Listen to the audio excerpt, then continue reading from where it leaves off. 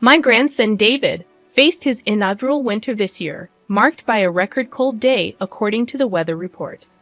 Concerns for David and his mother, Yvonne, crept into my thoughts. I worried that the frigid night might have taken a toll on her health. In an attempt to quell my unease, I sent Yvonne a message on my smartphone, asking about their well-being and urging them to guard against catching a cold. Despite my efforts, there was no response, not even a read receipt. Yvonne had always been responsible, so her silence raised my anxiety.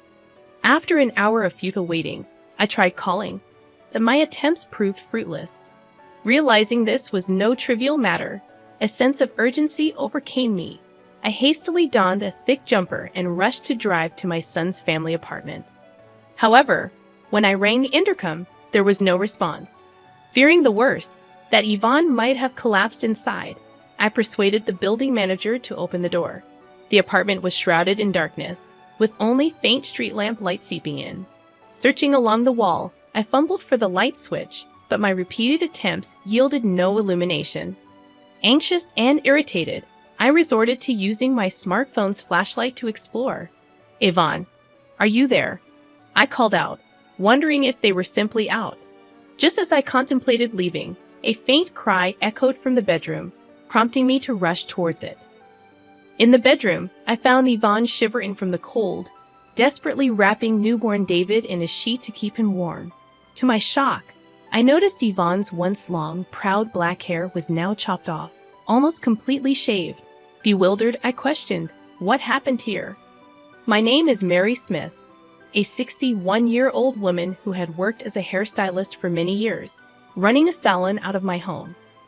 My husband and I had started the salon together, but he passed away from cancer when our son, Harry, was young. Despite the challenges, I raised Harry single-handedly. He often skipped school and got into trouble, leaving me to wonder if my parenting played a role. One day, Harry surprised me by expressing a desire to become a hairstylist.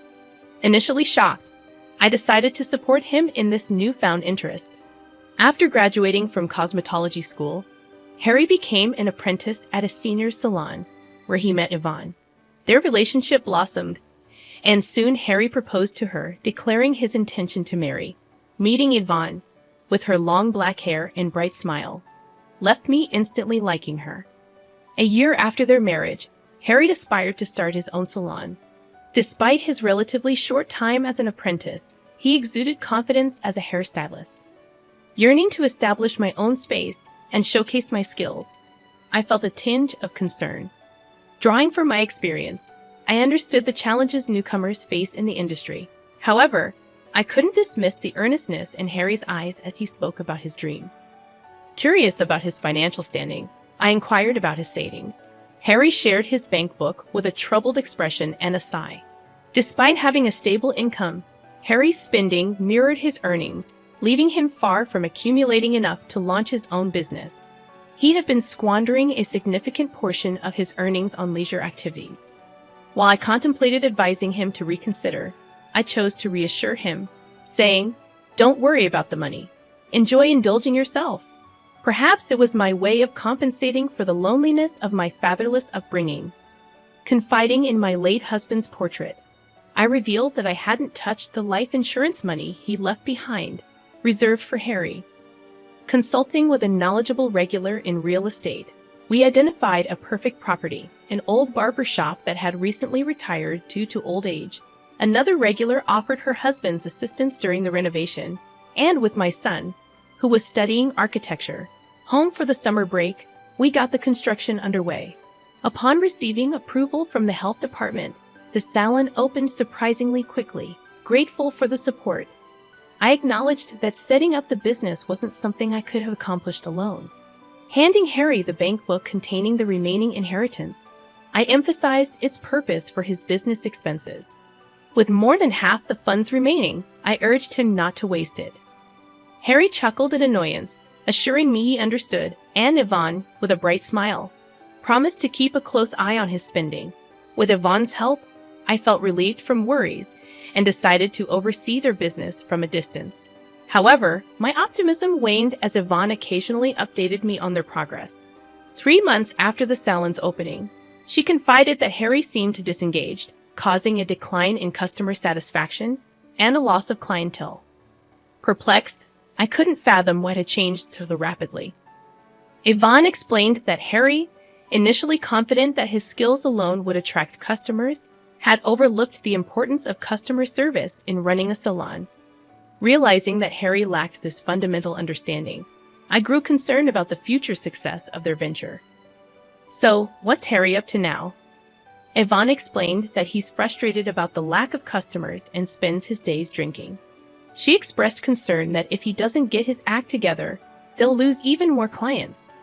Currently, she's handling the existing customers, but with the continual drop in reputation, the business is on a downward spiral. Listening to Yvonne's worries, I felt a similar sense of despair. Promising to address the issue, I assured her that I would have a serious talk with Harry the next time I saw him. Grateful for the support, Yvonne bowed deeply, brushing back her long black hair. Trying to lighten the mood, I complimented Yvonne on her stunning hair, and she proudly shared that she had been growing it out since middle school for hair donation. She explained that it involves making wigs from real hair for children who have lost their hair due to congenital diseases, illnesses, or accidents. Yvonne had been growing her hair with the intention of donating it to organizations involved in this cause, expressing the joy of being able to help someone. Moved by Yvonne's passion and dedication, I commended her for such admirable actions, especially considering her young age. As the conversation unfolded, Yvonne revealed that 6 months into her marriage with Harry, she became pregnant. Despite being conscientious and hardworking, she continued working at the salon until the last month of her pregnancy, supporting the family while Harry's attitude worsened. Feeling my own shortcomings as a mother, I decided to check on their salon one day after finishing work early. I encountered Harry as he was about to leave for a drink, dismissing the lack of customers as normal. Attempting to make him realize the impending fatherhood, he shrugged it off and left. Inside the salon, I found Yvonne cleaning the floor, having managed just one customer that day. Despite her exhaustion, she smiled brightly.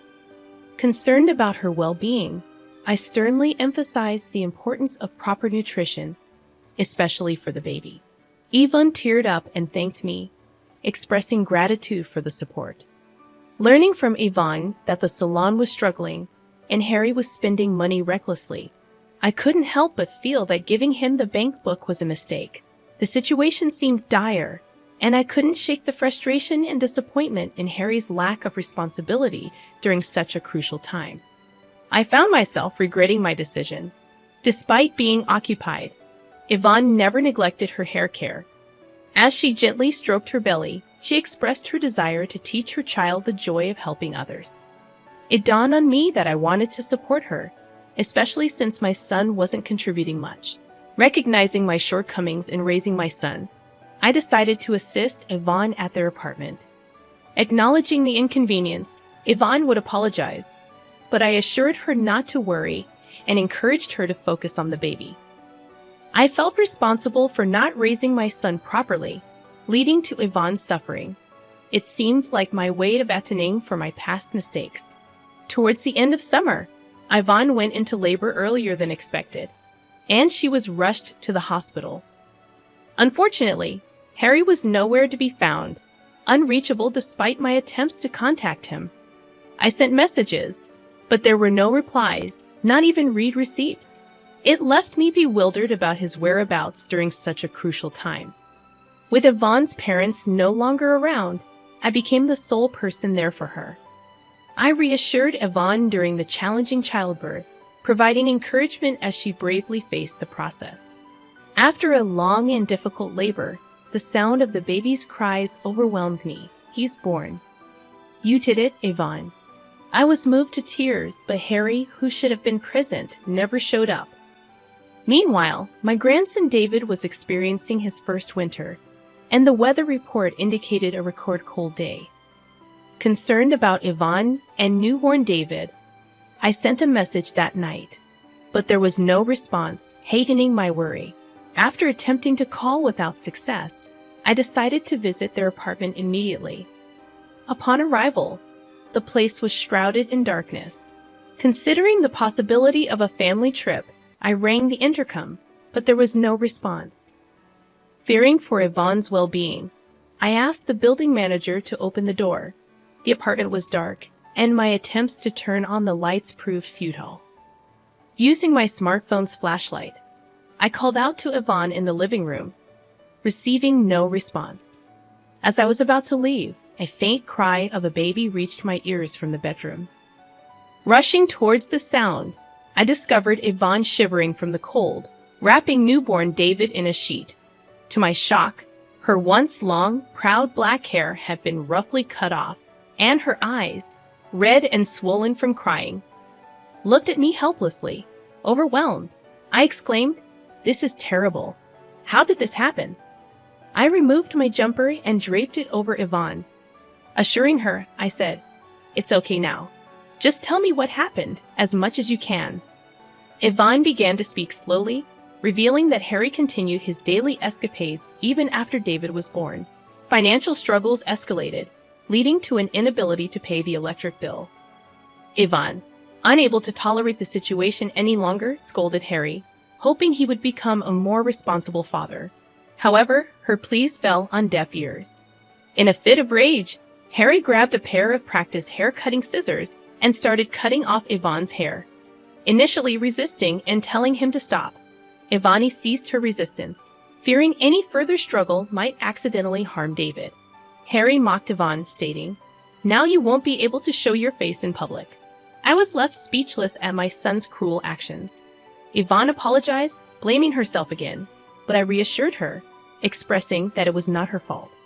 I hugged Yvonne tightly, tears streaming down my face. The whole situation was a result of my overindulgence in raising Harry. My heart burned with shame and anger at my own failings and my son's inability to empathize with others. Taking a deep breath, I called Harry. "Hey, Mom, long time no talk. What's up?" Harry responded casually, and I inquired about Yvonne and David's well-being. There was a brief pause in his voice, and he claimed they were in Hawaii and would be back next week. Despite knowing he was lying, I responded positively. Reflecting on the years of taking care of Harry after losing my husband, I felt profound disappointment. Harry's careless use of his father's inheritance and mistreatment of his family shattered my expectations. A week later, Harry called me cheerfully, announcing his return from Hawaii. Pretending to be the caring son, he mentioned souvenirs, but my heart was no longer deceived by his act. Informing the building manager of my plans, I decided to take Yvonne and David back to my house. I made calls to every possible place. An hour later, Harry called, announcing his arrival at the airport. Despite his cheerful demeanor, my heart was wary. When a taxi pulled up in front of the apartment, Harry, displaying tan lines from sunglasses around his eyes, struggled with the key, realizing it wouldn't fit the lock. Frustration etched across his face. He exclaimed, "What's going on here?" I approached him quietly from behind, wearing a smile that masked the boiling anger in my heart. "Did you enjoy your trip to Hawaii?" I asked, trying to keep my tone light. Harry's relieved expression shifted as he saw me, mistaking the situation. "Mom, you're here," he said, his voice tinged with relief, oblivious to the storm brewing within me. "Listen, Mom, I just got back and tried to enter the house, but the key won't fit. It must be Yvonne's prank, punishing me for going on a trip alone," Harry explained, attempting to paint himself as the victim and blame Yvonne for their troubles. "What were you doing? I told you I was in Hawaii with my family," he continued, caught in his own web of lies. Pointing out the contradiction, I left Harry at a loss for words. "You really had the nerve to lie about taking a family trip to Hawaii," I said, my disappointment palpable. Yvonne had been left behind, shivering in the cold with David, while Harry indulged in his own desires. To think she cherished her long hair, and you just cut it off mercilessly. "Don't you feel any remorse as a human being?" I questioned, my voice heavy with emotion. But Harry showed no signs of remorse, only theatrics about the cold and his desire to enter the house. It was then that I dropped the bombshell. I had canceled the lease on the apartment. Harry protested, but the truth was, he had no right to complain. Taking him to a nearby coffee shop to talk further, Harry sat silently, his pale face betraying his inner turmoil. Eventually, he confessed his selfish reasoning, admitting to his reckless spending and empty promises. I shattered his illusions, telling him I had already sold the salon and the equipment, leaving him with nothing to reclaim. His protests fell on deaf ears as I calmly left the coffee shop, leaving him to face the consequences of his actions. In the following month, Harry's life spiraled further downward. His pleas for help were met with cold shoulders, and he faced legal repercussions for his reckless behavior. As for Yvonne and David, they found solace in our salon. Yvonne, regaining her strength, filed for divorce and threw herself into her work. With David's cheerful presence, the salon blossomed, attracting more customers drawn to Yvonne's warmth. Though the pain caused by Harry's actions lingers, we find solace in the smiles that now fill our salon. And in a quiet corner, David sleeps peacefully, his innocence a reminder of the brighter future ahead.